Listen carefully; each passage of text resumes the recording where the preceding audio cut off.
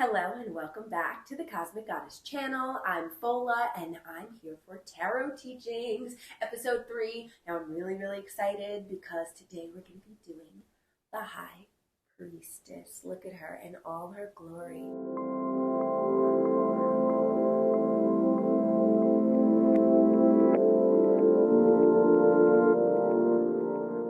She knows everything that's going on above and below. She is a spiritual leader.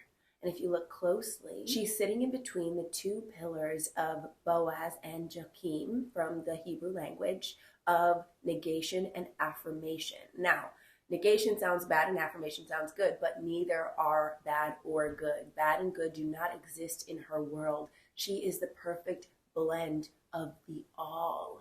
All right? And if you look closer, you'll also see that there's a little Torah hidden underneath her cloak, in her robes.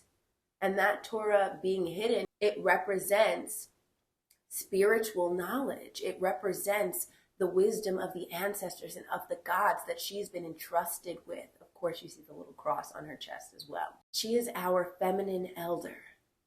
And I say elder because in the tarot, the word is crone that they use, that she represents the maid, the maiden, and the crone. I think the word crone is a little harsh, but, we're going to go with elder for now. She is our spiritual, divine, feminine elder, and she knows it. You can't tell her anything because she exists in her own sanctity. The High Priestess is about finding perfect balance. That's what the number 2 actually is about in numerology, is balancing. She is in divine, perfect balance. And with that balance, with that duality, there is no judgment needed. Judgment is for people who don't balance, people who want to see things as right or wrong, good or bad, black and white, and she mixes them. If you notice, she's in between these two pillars, but guess what? In between that is her being cloaked in the blue color of intuition, the blue color of emotions. So she takes the negation and the affirmation and then becomes something different inside of herself. She's magical and she goes for answers within.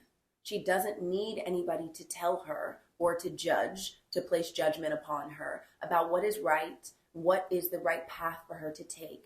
She knows she can sit with herself, she can use her intuition, tap into spirit, and then make decisions for herself. So whenever you pull this card, the cards are telling you, you already know the answer. You've got the answer within you. You don't need to ask anyone. You don't even need to ask us. Sit with yourself and come to a decision. I also want to talk about some of these symbols behind her and give you a little history lesson. So behind her is the sacred fertile pomegranates. Pomegranates have had an interesting life throughout history because if you know about the story of Adam and Eve and the apple that wasn't supposed to be eaten or whatever the story is, those apples weren't actually the apples that we see today. They were pomegranates. And if you go into other languages and cultures, you'll see that apple and pomegranate are the same word, even though they're not the same fruit. But most languages, when they refer to an apple, they are referring to a pomegranate. And that pomegranate is the sweet fruit of knowledge. And she's got plenty of them growing behind her. Why? Because she is the keeper of knowledge. She's the keeper of truth. And she's sitting at the temple's door. Maybe she's not letting some people in. And maybe she is there to welcome and invite you in.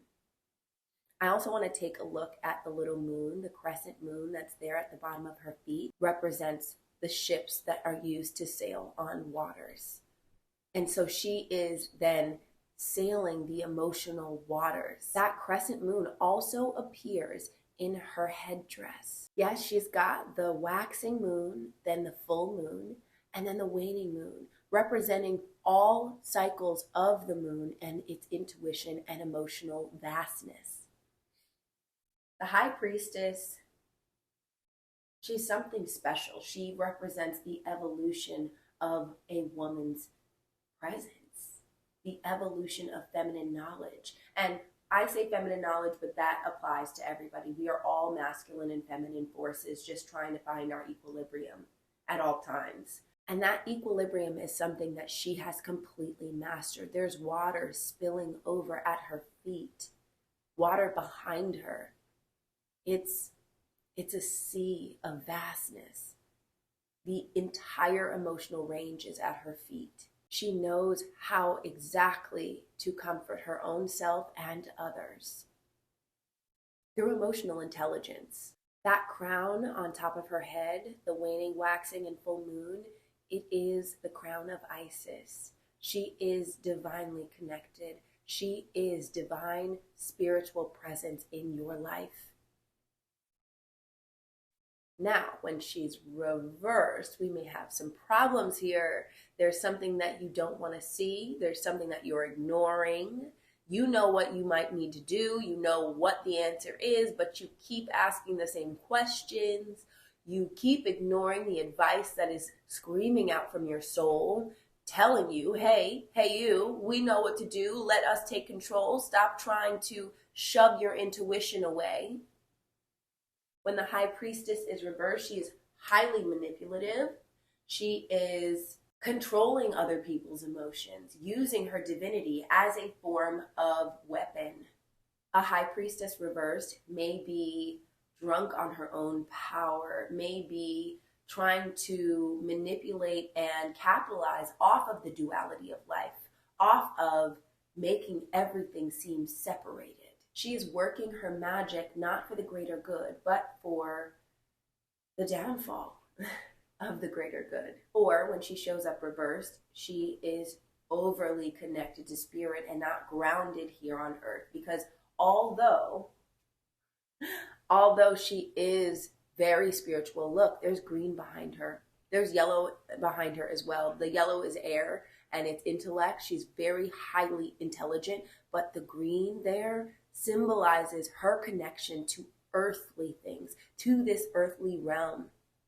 So when the High Priestess is reversed, once again, you may be up in the clouds. You may need to ground yourself, to come back to earth, to stop spending so much time in La La Land, or, spend your time with us peasants down here on earth.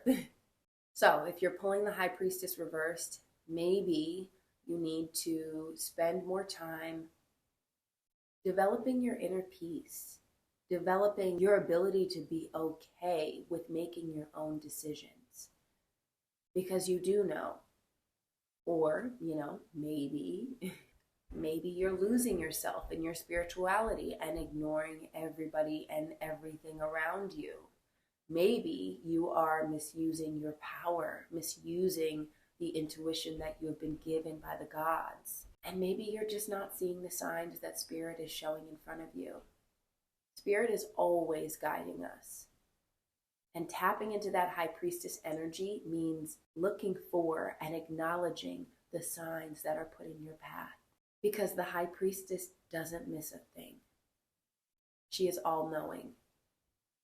And she is graceful. Thank you so much for spending your time with me. Hopefully this video helped you tap into your inner High Priestess. Bye-bye now.